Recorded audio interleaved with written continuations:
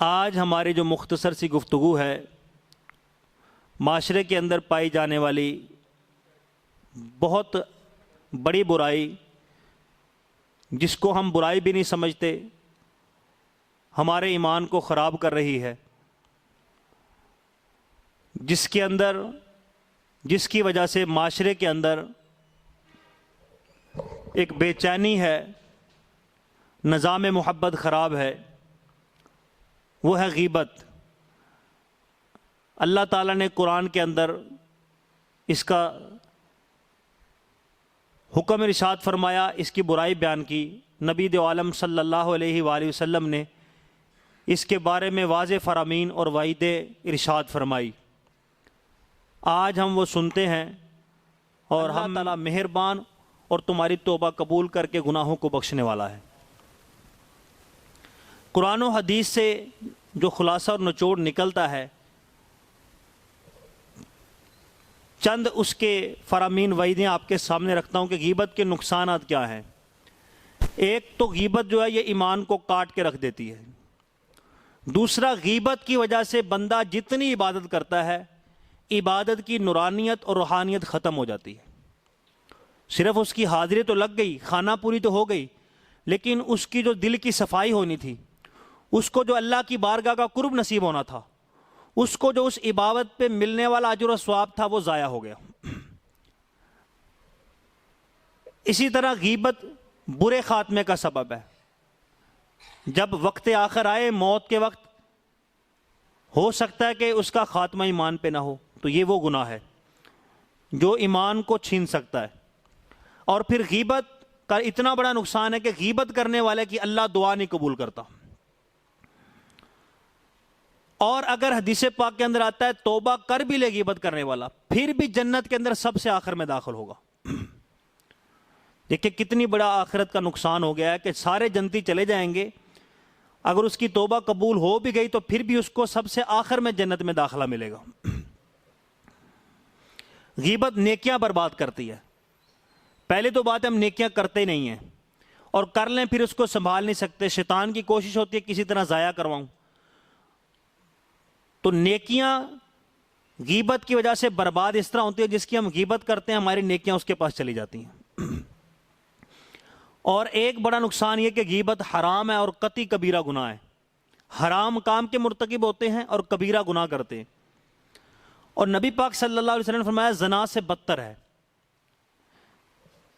اسی طرح فرمایا کہ غیبت کو اگر سمندر میں ڈال دیا جائے تو سارے سمندروں کا پانی غیبت کی وجہ سے بدبودار اور کڑوا ہو جائے۔ اس کی اتنی منوست ہے، اس کے اندر اتنی خباثت ہے۔ اور غیبت قرآن کے اندر ہے مردار کھانے کے مترادف ہے، مرے ہوئے گوشت، اور قیامت والے دن اس کو زندہ کیا جائے گا، اللہ فرمائے گا کھا اس کا گوشت جس طرح دنیا میں کھاتا تھا۔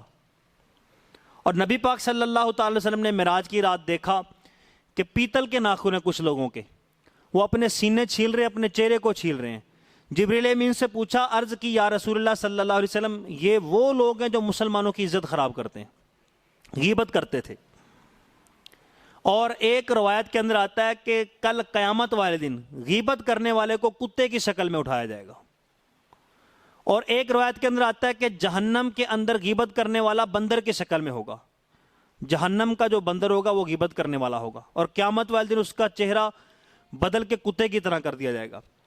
اور فرمایا کہ کھولتے ہوئے پانی اور آگ کے درمیان وہ موت تلاش کرتا ڈھونڈ رہا ہوگا، لیکن اس کو موت نہیں ملے گی۔ جہنمی اس سے تنگ ہوں گے، غیبت کرنے والے سے جہنمی بیزار ہوں گے۔ اور فرمایا کہ اگر غیبت کرنے والا توبہ کر کے نہ مرا تو سب سے پہلے جہنم میں ڈالا جائے گا۔ اب کتنا بڑا گناہ ہے۔ اب یہ قرآن پاک کی جو آیت پڑھی کہ ایک دوسرے کی غیبت نہ کرو، غیبت کرنا مرے ہوئے بھائی کے گوشت کھانے کے برابر ہے۔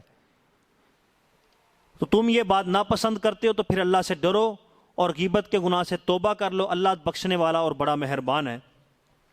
کچھ احادیث مبارکہ ہیں وہ آپ کے سامنے رکھتے ہیں۔ کتنا بڑا ناسور ہے غیبت، جو ہمارے معاشرے کو چاٹ رہا ہے، ہمارے آپس کی محبتوں کو ختم کر رہا ہے۔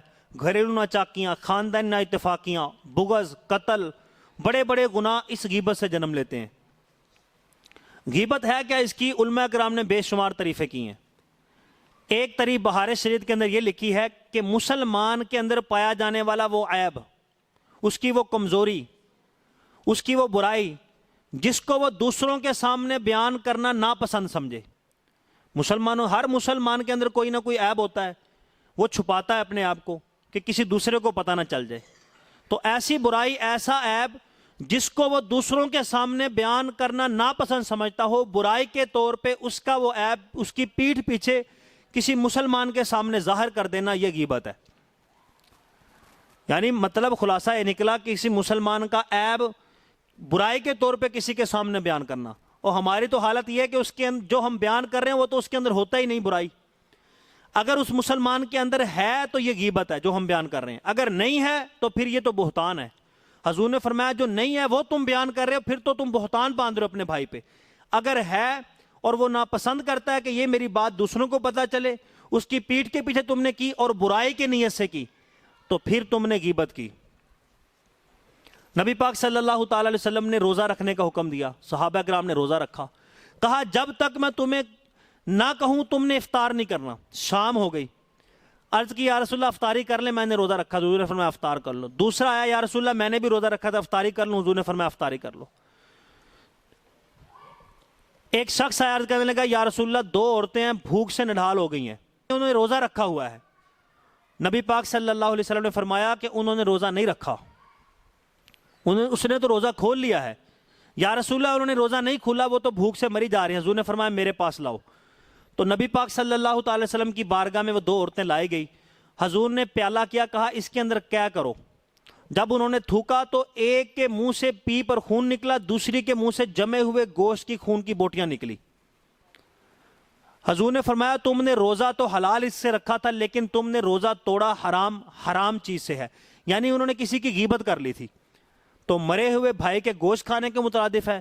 تو اب یہ آیت اپنے ظاہر معنی پہ، یعنی نبی پاک صلی اللہ تعالی وسلم کے دور کے اندر جو قرآن کے اندر بتایا گیا وہ حضور کے زمانے میں دکھایا بھی گیا.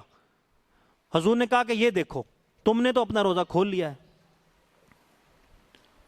اسی طرح ایک بندہ ظہر کی نماز پڑھی، اس نے نبی پاک صلی اللہ علیہ وسلم نے فرمایا کہ وضو کرو دوبارہ پڑھو. عرض کی یا رسول اللہ میں نے اس میں کیا غلطی کی. حضور نے فرمایا تم نے اپنے مسلمان بھائی کی غیبت کی ہے، تو اس لیے ایسی نماز پڑھنے کا فائدہ نہیں. تمہاری روحانیت بھی چلی گئی، نورانیت بھی چلی گئی، جو اجر و ثواب تھا وہ بھی چلا گیا، جو مقصد تھا نماز کا وہ بھی فوت ہو گیا. اس لیے بہتر ہے تم وضو کرو دوبارہ نماز پڑھو. تو اب عبادت بھی ضائع ہو جاتی ہے. اب روزے اور نماز والوں کو نبی پاک صلی اللہ علیہ وسلم یہ حکم دے رہے ہیں. تو اب بندہ غور کرے کہ غیبت ایسا عمل ہے، کتنا بدبودار عمل ہے، ایمان کو کتنا خراب کرتا ہے کہ بندہ پیٹ کے اندر خون اور پیپ بھر رہا ہے. اگر اب بھی بندہ نہ سمجھے تو پھر بندہ کب سمجھے گا. امام غزالی رحمت اللہ علیہ فرماتے ہیں کہ سود کا 1 درہم کھانا 36 مرتبہ زنا کرنے سے برا ہے. سود کا 1 درہم کھانا 36 مرتبہ زنا کرنے سے بدتر ہے، اور غیبت کرنا اس سے بھی بدتر ہے. کسی مسلمان کی غیبت کرنا اس سے بھی بدتر ہے. اور ایک بزرگ ہے ابو لیث بخاری رحمت اللہ علیہ، وہ فرماتے ہیں کہ غیبت کرنا تو زنا سے 100 گنا زیادہ برا ہے. اور پھر کسی عالم کی غیبت کرنا، جو کسی عالم کی غیبت کرتا ہے، ہم نے بے شمار لوگ سنے عالموں کی غیبت کر رہے ہوتے ہیں. عالم کی غیبت کرنے والا شخص اس حال کے اندر آئے گا، اس کی پیشانی پہ لکھا ہوگا آئس من رحمت اللہ، یہ بندہ اللہ کی رحمت سے محروم ہے، اس کو اللہ کی رحمت نہیں ملے گی. امام حسن بصری رحمت اللہ علیہ کا قول سنیے. کتنے بڑے تابعی بزرگ ہیں جنہوں نے صحابہ کرام کے پیچھے نمازیں پڑھی ہیں، حضرت علی المرتضیٰ رضی اللہ تعالیٰ عنہ سے علم سیکھا ہے. امام حسن بصری فرماتے ہیں کہ جس طرح عاقلہ جسم کو خراب کر دیتا ہے، اسی طرح غیبت انسان کے ایمان کو خراب کر دیتی ہے. یہ بیماری ہوتی ہے، عاقلہ بہت جلد جسم کو خراب کر دیتی ہے. اور فرماتے ہیں کہ جس طرح بندہ لقمہ کھاتا ہے غذا کا، تو لقمہ بندے کے جسم کے اندر اتنی جلدی سرایت نہیں کرتا، اثر نہیں کرتا جتنی جلدی غیبت کرنے والے شخص کے ایمان کے اندر غیبت اثر اور سرایت کر جاتی ہے، یعنی اس کے ایمان کے اندر فتنہ و فساد برپا کر دیتی ہے. اور امام شافعی فرماتے ہیں کہ غیبت جو ہے اس کے اندر کھجور کی طرح مٹھاس ہے، شراب کی طرح تیزی اور سرور ہے. یعنی بڑا مشکل کام ہے، شرابی سے شراب چھڑواؤ یہ بڑا مشکل کام ہے، کیونکہ بڑا مزہ ہے، سرور ہے اس کے اندر، اور بڑی تیزی ہے اس کے اندر. کھجور کے اندر بڑی مٹھاس ہے. امام شافعی فرماتے ہیں غیبت بھی بالکل اسی طرح ہے. جس کو اللہ توفیق دے دے پھر تو بڑا نیک بندہ ہے. یہ تو ولی بنانے والا عمل ہے. جس سے غیبت چھوٹ گئی سمجھو وہ تو اللہ کا قرب والا بندہ ہے, اللہ کا بہت بڑا نیک بندہ ہے. تو اللہ عز و جل ہمیں بھی بچنے کی توفیق عطا فرمائے. ابن عباس رضی اللہ تعالیٰ فرماتے ہیں, کامیاب ہونے کا نسخہ بتاتے ہیں. کہا جب کسی کی غیبت کرنے لگو یعنی عیب بیان کرنے لگو تو اپنے عیبوں پہ بھی نظر ڈالو. تو جب تم اپنے عیبوں پہ نظر ڈالو گے تو پھر بندے کا دل نہیں کرے گا کہ دوسرے کا عیب بیان کروں. میں اس کا بیان کرنے لگا ہوں, میرے اندر کیا بھرا ہوا ہے, میرے کیسے کیسے عیب ہیں. فرمایا جب تم یہ کام کرو گے تو تم کامیاب ہو جاؤ گے. حضرت ابو ہریرہ رضی اللہ تعالیٰ عنہ فرماتے ہیں عیب بیان کرنے والے کو, کہا تمہیں اس کی آنکھ کا تنکا تو نظر آتا ہے لیکن کیا اپنی آنکھ کا شتیر نظر نہیں آتا؟ یعنی اس کا عیب جو چھوٹا سا ہے وہ تنکا تو نظر آ گیا, تو اپنے عیب جو شتیر بن چکے ہیں تو وہ تمہیں نظر نہیں آتے. حضرت عمر فاروق رضی اللہ تعالیٰ عنہ فرماتے ہیں کہ اللہ کا ذکر کیا کرو, اس میں شفا ہے, اور برائی غیبت سے بچو, یہ بیماری ہے. اور ہمارے بزرگان دین کی عادت ہوتی تھی اپنے آپ کو حتی الامکان غیبت سے برائی سے بچانے کی کوشش کرتے تھے. ہم تو یہ سمجھتے ہیں نا کہ صرف نماز پڑھنا, روزہ رکھنا, صدقہ خیرات کرنا, اللہ کی راہ میں کچھ رقم دے دینا, کوئی تسبیح کر لینا یہ عبادت ہے. اس سے بڑھ کے بزرگان دین کا جو عمل تھا وہ یہ تھا اپنے آپ کو برائیوں سے بچاتے تھے. نماز روزہ عبادت بھی وہ کرتے تھے, اس سے بڑھ کے عبادت وہ یہ سمجھتے تھے کہ اپنے آپ کو بندہ برائی سے بچائے. تو اپنے آپ کو غیبت سے بچانا یہ بھی بہت بڑی عبادت ہے. جس طرح ہم نماز پڑھ کے عبادت کر رہے ہیں, اپنے آپ کو بچا کے یہ بھی ہم عبادت کر رہے ہیں, یہ بھی ہم نیکی کی طرف جا رہے ہیں, اللہ کا قرب حاصل کر رہے ہیں. اب غیبت کی تعریف آپ نے سنی, کسی مسلمان کے اندر پایا جانے والا عیب جس کو وہ دوسروں کے سامنے ظاہر کرنا ناپسند کرتا ہو وہ بیان کر دینا, اور بالخصوص برائی کی نیت سے کرنا, تو پھر یہ غیبت ہے. اب دیکھیں نبی پاک صلی اللہ تعالی وسلم کے دور کے اندر حضور علیہ الصلوۃ والسلام کیسا ارشاد فرما دیتے تھے. ایک مرتبہ کسی بندے کا تذکرہ ہو رہا تھا تو صحابہ نے عرض کی یا رسول اللہ وہ تو بندہ بڑا عاجز ہے, یعنی وہ یہ کام نہیں کر سکتا, وہ بڑا عاجز ہے. حضور نے فرمایا تم نے اپنے بھائی کی غیبت کی. تو نبی پاک صلی اللہ علیہ وسلم کو صحابہ کرام عرض کرنے لگے یا رسول اللہ ہم نے جو اس کے اندر تھا وہی بتایا, یعنی وہ اس لائق نہیں ہے, وہ عاجز ہے. تو حضور نے فرمایا کہ اگر تم وہ بیان کرتے جو اس کے اندر نہیں تھا پھر تو بہتان ہوتا. تو یہی تو غیبت ہے, جو اس کے اندر عیب تھا وہ تم نے ظاہر کر دیا. اسی طرح حضرت عائشہ الصدیقہ رضی اللہ تعالیٰ عنہ نبی پاک صلی اللہ علیہ وسلم کے سامنے کوئی تذکرہ چھڑا. اب حضور کو کسی عورت کی بات بتانے لگی, کہنے لگی یا رسول اللہ وہ جو چھوٹے قد والی عورت ہے. حضور نے فرمایا ایسا تم نے اس کی غیبت کی, یعنی اگر اس کے اندر یہ عیب پایا جاتا ہے اس کا قد چھوٹا ہے تو تم نے ظاہر کر کے اس کا عیب تم نے غیبت کی. اسی طرح نبی پاک صلی اللہ علیہ وسلم کی بارگاہ کے اندر ایک عورت کا ذکر کیا, یا رسول اللہ وہ نماز بھی بہت پڑھتی ہے اور نفلی روزے بھی رکھتی ہے, صدقہ خیرات بھی بہت کرتی ہے, لیکن اس کے پڑوسی اس کی زبان کی وجہ سے تنگ ہیں, یعنی وہ غیبتیں بہت کرتی ہے, چگلیاں بہت کرتی ہے, اس کی زبان کی وجہ سے اس کے پڑوسی تنگ ہیں. حضور نے فرمایا وہ عورت جہنمی ہے. اب عبادت کرنے کے باوجود وہ عورت جہنمی ہے, کیوں؟ وہ غیبت کرنے والی ہے. اسی طرح حضرت ابراہیم بن ادم رضی اللہ تعالیٰ عنہ, یہ بزرگان دین کا کیسا معمول تھا. ایک مرتبہ ان کو کسی نے دعوت کے اندر بلایا, تو جب کھانا کھلنے لگا تو ایک بندہ لیٹ تھا. کسی نے کہہ دیا کہ وہ موٹا جو ہے وہ ہمیشہ ہی لیٹ ہوتا ہے, وہ بڑا سست ہے, وہ موٹا آتا ہی ہمیشہ لیٹ ہے.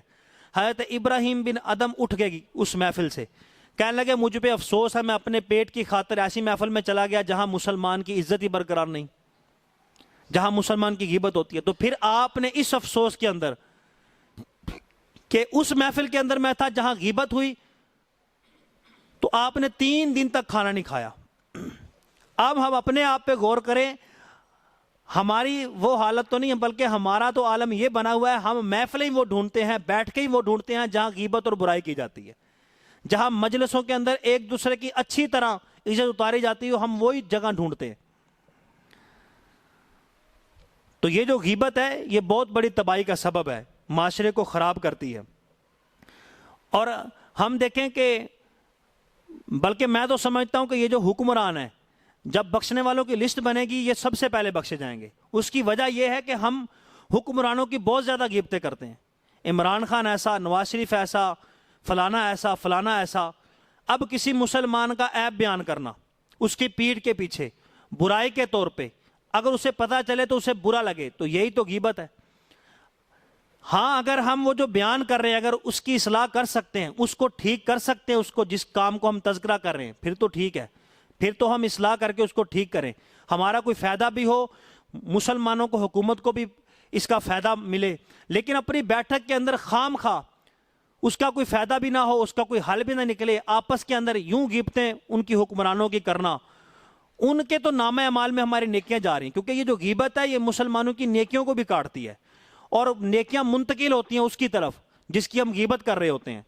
اس کی مثال غیبت کرنے والے کی یوں سمجھے، ایک بندہ سارا دن دہاڑی لگاتا ہے، مزدوری کر کے شام کو جو پیسے ملتے ہیں، تھکا بھی ہے، پسینے سے سربور بھی ہوا ہے، اور سارے دن محنت بھی کی ہے، اور شام کو بجائے اپنی دہاڑی جیب میں رکھنے کے، اپنے گھر لے جانے کے، جاتا ہوا کسی دوسرے کو دے جائے۔ تو اب اس سے بڑھ کے بے وقوف کون ہوگا جس نے سارا دن محنت سے کمایا، جو مزدوری ملی، اور جاتا ہوا کسی کو دے گیا۔ تو سارا دن نیکیاں کی، کمائی بڑی مشکل سے، پہلے تو بعد نیکیاں کرتے نہیں، پھر کر لیں، پھر جو ہاتھ آئیں اور پھر دوسرے کو منتقل کر دی۔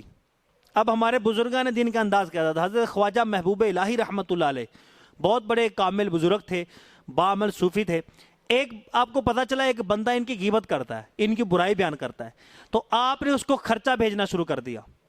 وہ آپ کی غیبت کرتا تھا، آپ اس کو ماہانہ خرچہ بھیجتے تھے۔ ایک دن غیبت کرنے والے کی بیوی نے اس کو سمجھایا کہ تو کیسا بندہ ہے، وہ تمہارے ساتھ نیکی کرتا ہے تو اس کی برائی بیان کرتا ہے، وہ تیرا کتنا خیال رکھتا ہے، تعاون کرتا ہے تیرے ساتھ، اور تجھے خرچہ بھیجتا ہے، اور تو آگے اس کا عیب بیان کرتا ہے۔ اس کی سمجھ میں بات آ گئی، اس نے غیبت کرنا چھوڑ دی۔ حضرت خواجہ محبوب الہی رحمۃ اللہ علیہ نے، آپ رحمۃ اللہ علیہ نے اس کا خرچہ بند کر دیا۔ وہ بندہ آپ کے پاس آ گیا، کہنے لگا میں آپ کی غیبت کرتا تھا تو آپ میرے ساتھ تعاون کرتے تھے، جب سے میں نے غیبت بیان کی ہے آپ نے مجھے خرچہ دینا چھوڑ دیا۔ آپ نے فرمایا جب تو میری غیبت بیان کرتا تھا تو اپنی نیکیاں مجھے دیتا تھا، لہذا تو میرا کام کرتا تھا تو کام کے صلے میں تجھے اس کی اجرت دیتا تھا، جب تو نے میرا کام کرنا چھوڑ دیا ہے تو میں نے بھی تجھے دہاڑی دینا چھوڑ دی ہے۔ تو یہ ان کا انداز ہوتا تھا۔ تو بہرحال اس کے متعلقہ کسی چیز کے اندر بھی جو عیب پایا جاتا ہو اور وہ اس کو چھپاتا ہو، دوسروں کے سامنے وہ بیان ہو، وہ یہ ناپسند چاہتا ہو، اور وہ برائی بیان کر دینا، برائی کے نیت سے وہ عیب بیان کر دینا، یہ غیبت کہلاتا ہے۔ اگر مسئلے کے طور پہ کسی کا عیب بیان کیا جائے تو یہ غیبت نہیں ہے۔ مثال کے طور پہ نبی پاک صلی اللہ تعالی وسلم کی بارگاہ کے اندر ہندا آئی، عرض کرنے لگی یا رسول اللہ صلی اللہ علیہ وسلم ابو سفیان بہت بخیل ہے۔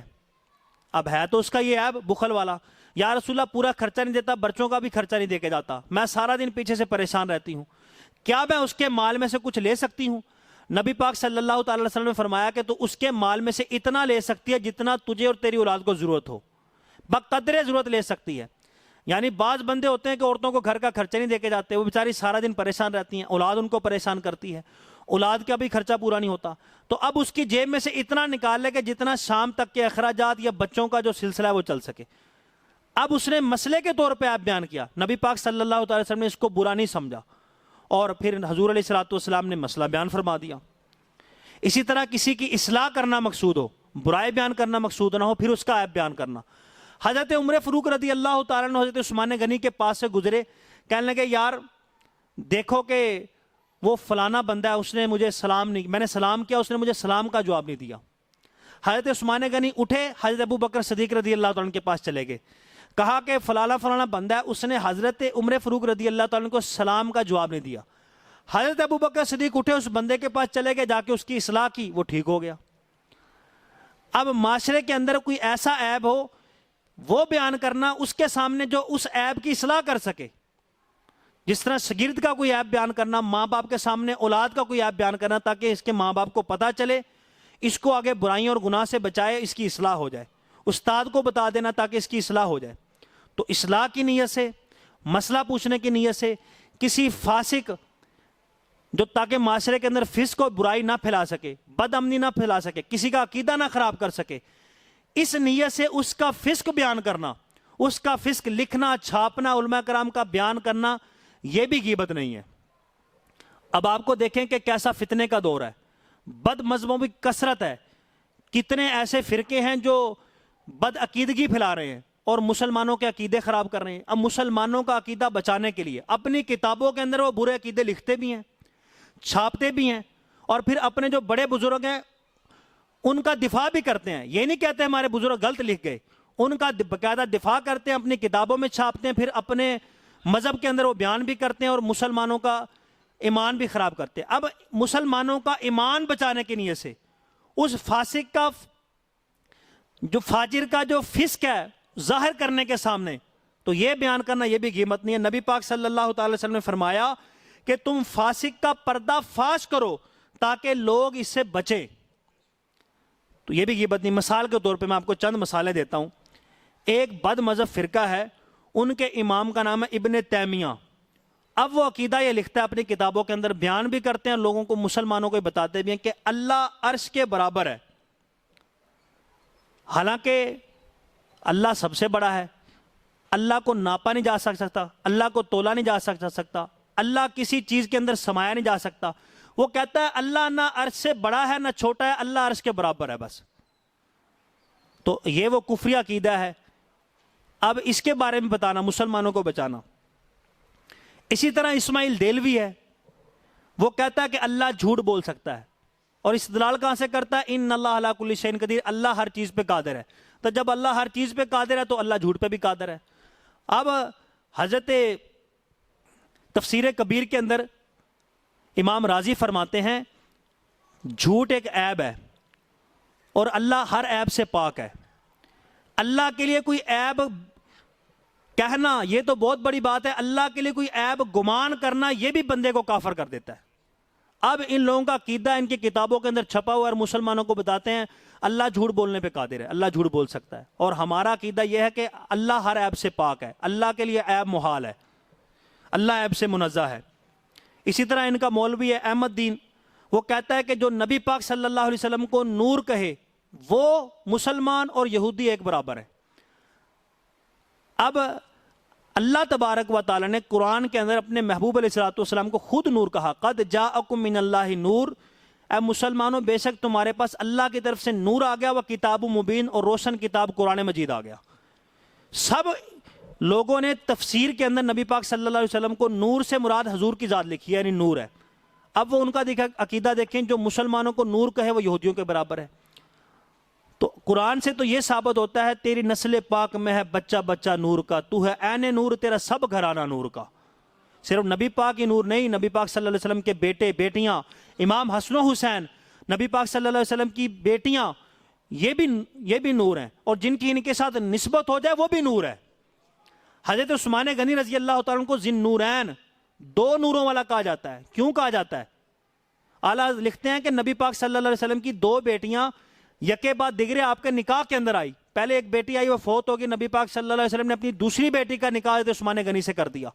تو حضرت عثمان غنی کو ذی النورین، دو نوروں والا اس لیے کہا جاتا ہے کہ نبی کے دو نور ان کے نکاح کے اندر تھے، تو نبی کے لخت جگر کی نسبت جس بندے سے ہو جائے وہ بھی نور والا بن جاتا ہے۔ تو یہ کہتے ہیں جو نبی کو نور کہے وہ یہودیوں کے برابر ہے۔ خلیل احمد امبیٹوی ہے، وہ کہتا ہے کہ جو یہ کہے کہ نبی پاک صلی اللہ علیہ وسلم کو ہر چیز کا علم ہے، تو اب وہ دیکھیں اس کا عقیدہ ہے، وہ کہتا ہے نبی پاک صلی اللہ علیہ وسلم کو دیوار کے پیچھے کا بھی علم نہیں، اور شیطان کا علم نبی سے بڑھ کے ہے، حضور کا علم شیطان سے کم ہے۔ اب دیکھیں نسبت کہاں ملا رہا ہے، کہاں شیطان اور کہاں آقا کی ذات۔ اور اللہ تعالیٰ نے قرآن کے اندر کہا وَعَلَّمَكَ مَا لَمْ تَكُنْ تَعْلَمْ، کہا محبوب ہم نے آپ کو وہ کچھ سکھا دیا جو آپ نہیں بھی جانتے تھے۔ اور حضور خود فرماتے ہیں کہ قرآن کے اندر اللہ نے ہر خشک و تر کا علم رکھا ہے، کوئی چیز ایسی نہیں جس کا علم قرآن کے اندر موجود نہیں۔ اور حضور فرماتے ہیں جتنا علم قرآن کے اندر موجود ہے اللہ نے مجھے یہ بھی دیا ہے، جتنا قرآن کے اندر ہے اللہ نے اس کے علاوہ اتنا مجھے اور عطا فرمایا ہے۔ اب یہ کیسے ہو سکتا ہے دیوار کے پیچھے کا حضور کو علم نہ ہو؟ تو وہ کہتا ہے نبی کا علم شیطان سے کم ہے۔ اب یہ دیکھیں کیسی بدعقیدگی ہے، کیسا فسق ہے، کیسا فجر ہے، جو مسلمانوں کا ایمان خراب کرنے کے لیے بیان بھی کرتے ہیں، اپنی کتابوں میں بھی چھاپتے ہیں، اپنے بزرگوں کا دفاع بھی کرتے ہیں۔ تم پہ میرے آقا کی عنایت نہ سہی نجدیو، کلمہ پڑھنے کا بھی احسان گیا۔ تو یہ آقا کریم علیہ الصلوۃ والسلام کم از کم اتنا احسان تو مانے۔ تو غیبت وہ گناہ ہے جو معاشرے کے اندر ایک بہت بڑا ناسور ہے، گھریلو ناچاکی، خاندان نا اتفاقی کا سبب بنتا ہے، لڑائی جھگڑا قتل و غارت کا سبب بنتا ہے، اور ہمیں یہ چاٹ رہا ہے غیبت، ہمارے ایمان کو خراب کر رہا ہے، ہمارے نیکیوں کو برباد کر رہا ہے، اور ہم اس کو گناہ بھی نہیں سمجھتے اور ہم اس کو برا بھی نہیں محسوس کرتے۔ ہماری بیٹھکوں کے اندر 2 منٹ کی فون کی گفتگو ہو، کوئی بندہ غور کرے تحقیق کرے تو اس کے اندر پتہ چل جائے گا ہم نے گفتگو کے اندر کتنی غیبتیں تیسرے بندے کی کر دی ہیں۔ تو یہ بچنا بہت بڑی ایمان کی نشانی ہے، بہت بڑی نیکی ہے، تو اس سے مسلمانوں کو بچنا چاہیے۔ تو قرآن و حدیث کے خلاصے سے یہ پتہ چلتا ہے کہ جو غیبت ہے وہ ایمان کو کاٹ کے رکھ دیتی ہے، عبادت کی نورانیت اور روحانیت کو ختم کر دیتی ہے، غیبت برے خاتمے کا سبب بنتی ہے، غیبت کرنے والے کی دعا قبول نہیں ہوتی، اور غیبت کرنے والا اگر توبہ کر بھی لے تو جنت میں پھر بھی سب سے آخر میں جائے گا، اور غیبت نیکیاں برباد کرتی ہے، غیبت حرام اور قطعی گناہ ہے، اور غیبت زنا سے بدتر ہے، 36 مرتبہ زنا کرنے سے بھی برا امام غزالی فرماتے ہیں غیبت، کیونکہ بندہ جب زنا کرتا ہے تو توبہ کر لیتا ہے، اللہ اس کی توبہ قبول کر لیتا ہے، لیکن غیبت ایسا گناہ ہے بندہ توبہ کر بھی لے تو جب تک جس کی غیبت کیا وہ نہ معاف کر دے تو معاف ہی نہیں ہوتا، تو کہا اس لیے یہ تو زنا سے بھی برا ہے، اور فرمایا کہ غیبت کو اگر سمندر میں ڈال دیا جائے اس کی اتنی کڑواہٹ اور بدبو ہے کہ سارے سمندروں کا پانی بدبودار کر دے، اور حدیث پاک کے اندر آتا ہے قیامت والے دن غیبت کرنے والے کو کتے کی شکل میں اٹھایا جائے گا،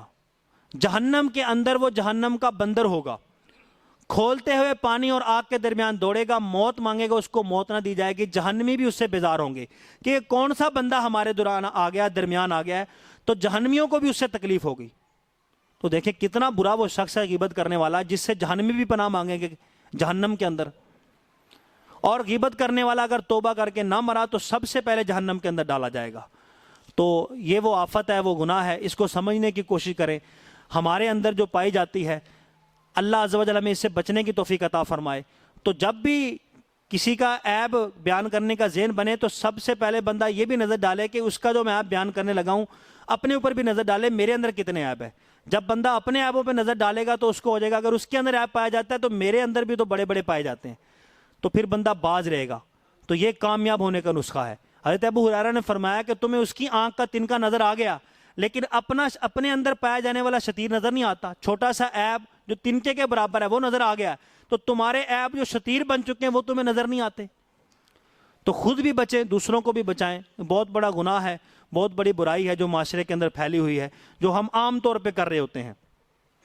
تو برائی کی نیت سے بیان کرنا کسی کا عیب یہ غیبت کہلاتا ہے، اگلے کو پتہ چلے تو وہ اس کو برا سمجھے، اصلاح کی نیت سے ہو، مسئلہ پوچھنے کی نیت سے ہو، کسی مسلمان کو بچانے کی نیت سے ہو، فسق سے بدعقیدگی سے بچانے کی نیت سے ہو، کسی مسلمان کو نقصان سے بچانے کی نیت سے ہو۔ مثال کے طور پہ کوئی بندہ کہیں رشتہ کرنا چاہتا ہے، اب پتہ چلتا ہے وہ جس کے ہاں بچی کا رشتہ دے رہا ہے وہ تو نشئی ہے، اس کے اندر تو فلاں فلاں عیب پایا جاتا ہے۔ اب تیسرا بندہ جس کو پتہ ہے کہ یہ رشتہ ہو رہا ہے، اب وہ اس مسلمان کو بتا دے کہ تو اپنے بچی کا رشتہ اس سے نہ کر، اس کے اندر فلاں فلاں گناہ پائے جاتے ہیں، پہلے تحقیق کر لے۔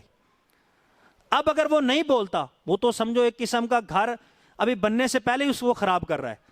تو کسی مسلمان کو نقصان سے بچانا، اس کے لیے بھی عیب بیان کرنا یہ بھی غیبت نہیں ہے، مسئلہ پوچھنے کے لیے عیب بیان کرنا یہ بھی غیبت نہیں ہے، اصلاح کرنے کے لیے عیب بیان کرنا یہ بھی غیبت نہیں ہے، معاشرے کو فسق و فجور بدعقیدگی سے بچانا یہ بھی عیب بیان کرنا یہ غیبت نہیں ہے۔ باقی اس کے علاوہ ہم جو عام طور پہ کر رہے ہوتے ہیں، ایک دوسرے کی برائیاں اچھال رہے ہوتے ہیں، تو اللہ عز و جل نے مسلمان کی عزت کعبے سے بڑھ کے بنائی ہے، یعنی کعبے کی عزت کم ہے، مسلمان کی عزت زیادہ ہے، اور حضور نے فرمایا کہ جو دنیا کے اندر مسلمان کی عزت کی حفاظت کرے گا کل قیامت والے دن اللہ اس کی عزت کی حفاظت فرمائے گا۔ تو اس لیے خود بھی بچیں، دوسروں کو بھی بچائیں۔ اللہ تعالیٰ کی بارگاہ میں دعا جو ہم نے سنا اللہ تعالیٰ یاد رکھنے کی توفیق عطا فرمائے۔